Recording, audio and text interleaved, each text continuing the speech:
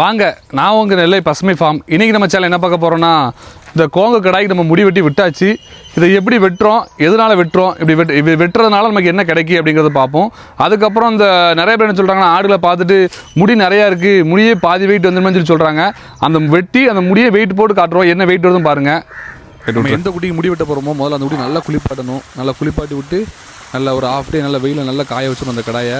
எதனால் குளிப்பாட்டன்னு பார்த்தீங்கன்னா, அந்த குட்டிக்கு ஃபுல்லாமே முடி ஃபுல்லாமே குளிக்க ஊற்றாதனால ரொம்ப உள்ள ஃபுல்லாமே சிக்காகி போயிருக்கும். நம்ம மிஷினால் வெட்ட முடியாது.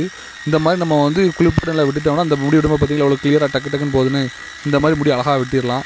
இந்த மாதிரி முடி வெட்டுறதுனால நம்ம விற்கும் போது பார்த்தீங்கன்னா கஸ்டமர்லாம் அந்த குட்டிகளை பார்த்தாங்கன்னா முடியோடு இருந்ததுன்னா, என்னப்பா இவ்வளோ முடி இருக்குது, அப்போ முடியோ ஒரு 10 கிலோ இருக்கும் போல, அந்த மாதிரி நிறைய கஸ்டமர் நம்மகிட்ட வந்து பேசுகிறாங்க. அந்த மாதிரி கம்மல் நிறைய இருக்குது.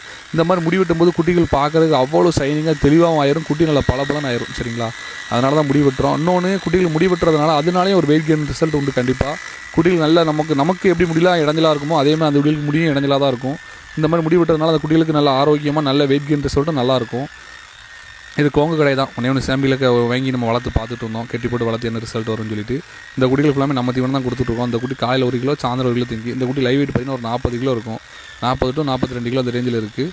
குட்டி நல்லா தரமான குட்டி, பியூர் கோங்கு, நல்ல தரமான குட்டி. முடியெல்லாம் நீட்டாக வெட்டி விட்டு காலுகள் எல்லா பக்கம் துப்புரம் எடுத்தாச்சு. ஃப்ரெண்டில் பார்த்திங்கன்னா அந்த சிங்கத்துக்கு இருக்கும் அந்த மாதிரி ஃப்ரெண்டில் முடியெல்லாம் விட்டு பார்க்குறதுக்கு அவ்வளோ சைனியாக கொண்டாந்தாச்சு. குட்டிகளை ஃபுல்லாமே வெட்டி முடிச்ச பிறகு பாருங்க குட்டி அவ்வளோ அழகாக இருக்கும்.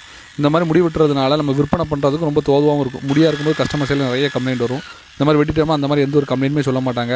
அது மாதிரி நல்லா இப்போ ரொம்ப பழைய அழுக்கான முடிகள் ஃபுல்லாமே நம்ம என்னத்தை சோப் போட்டாலும் என்னத்தை ஷாம்பு க்ளீன் பண்ணாலுமே போகாது. இந்த மாதிரி முடி வெட்டிட்டோம்னா அந்த அழுக்குகளுக்கு எல்லாமே துப்புரவாக போயிடும்.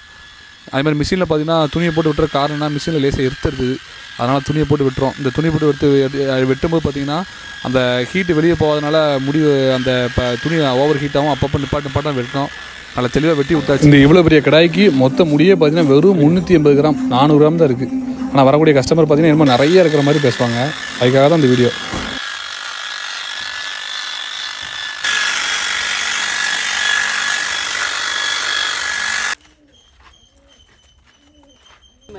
அதுவும் கருப்பு கலர் யாரு நம்ம வச்சுருந்தோம்.